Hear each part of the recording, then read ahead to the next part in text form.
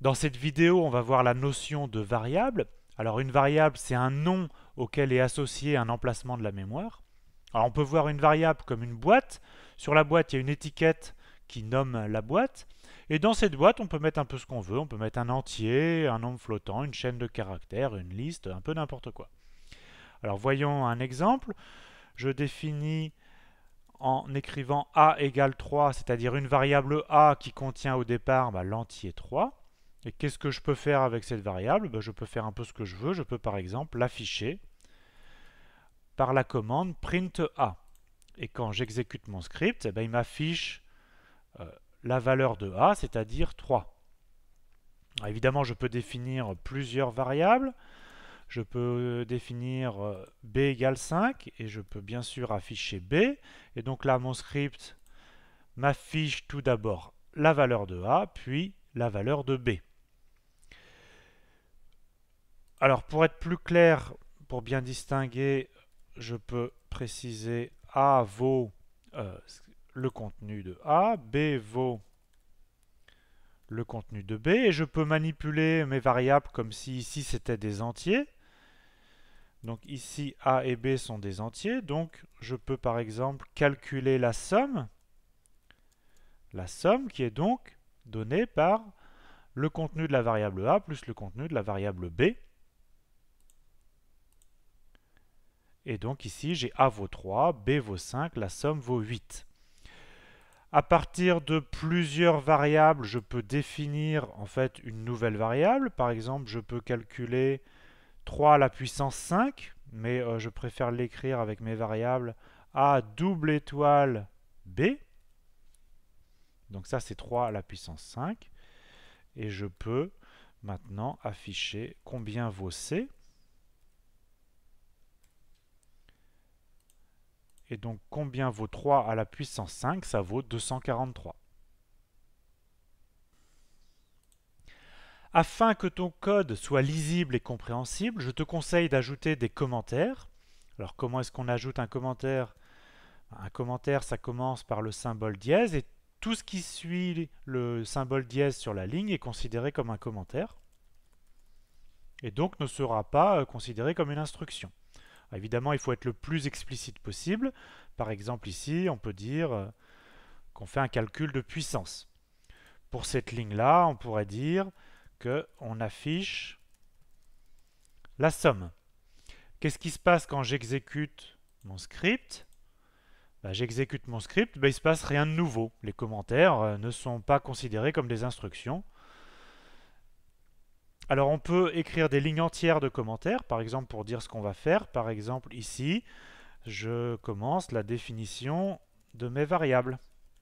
Les 3 lignes suivantes sont des définitions de variables. Et par exemple ici, ce serait plutôt une partie affichage.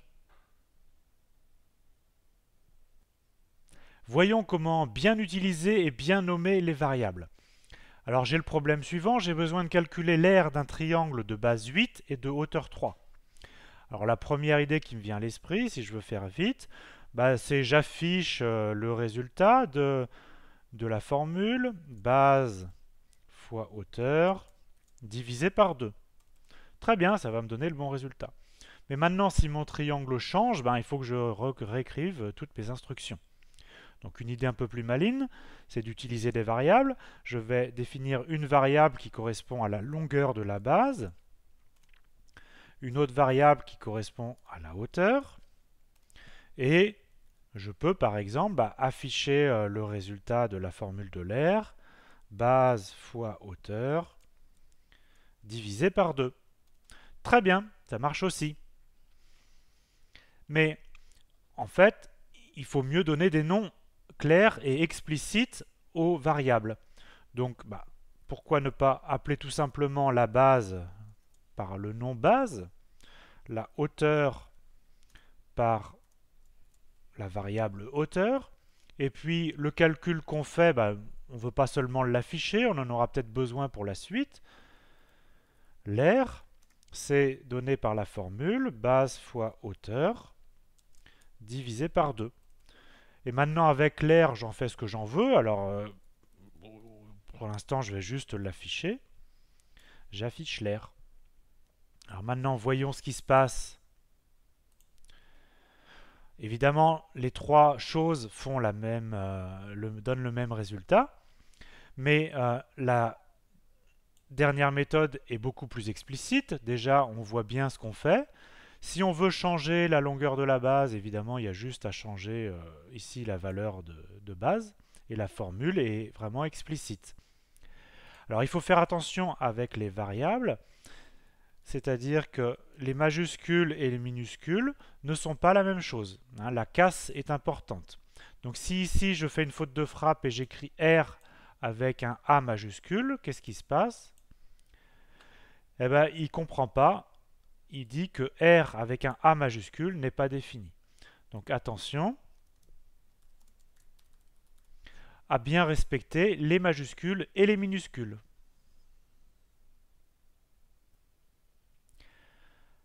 Alors voyons la réaffectation des variables. Alors on a le problème suivant. Au départ, on a une somme de 1000. Le jour d'après, on ajoute 100. Le jour suivant, 200. Et le troisième jour, on retire 50. Alors comment calculer la somme qu'on a à la fin? Je peux écrire ça de la façon suivante. Donc au départ, j'ai 1000. Donc j'ai défini une variable S0. La somme que j'ai au jour 1, ça correspond à la somme de départ et on a dit qu'on ajoutait 100, donc plus 100. Le deuxième jour, ça correspond à ce que j'avais au premier jour et ce coup-là, je rajoute en plus 200. Et au troisième jour, c'est ce que j'avais au deuxième jour, mais ce coup-là, j'ai retiré 50. Et maintenant, je peux bien évidemment afficher combien j'ai au bout de 3 jours. Et donc, au bout de 3 jours, j'ai 1250. C'est un peu dommage d'avoir défini ici 4 variables, alors que ce qui nous intéresse, c'est juste la somme finale. Une autre façon de faire, c'est de définir une seule variable S pour la somme, que j'initialise à 1000, et on va la réutiliser pour tous nos calculs. Donc ça, c'était la somme 1000 au départ, et le premier jour, j'ajoute 100. Alors il faut lire cette instruction de droite à gauche. Attention, de droite à gauche. Donc on part de la somme S. On rajoute 100 et on définit une nouvelle valeur pour S avec cette valeur S plus 100.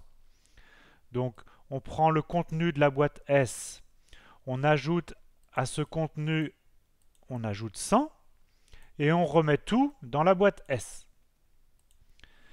Et maintenant, on recommence pour le deuxième jour. On repart de cette nouvelle valeur de S et on ajoute 200.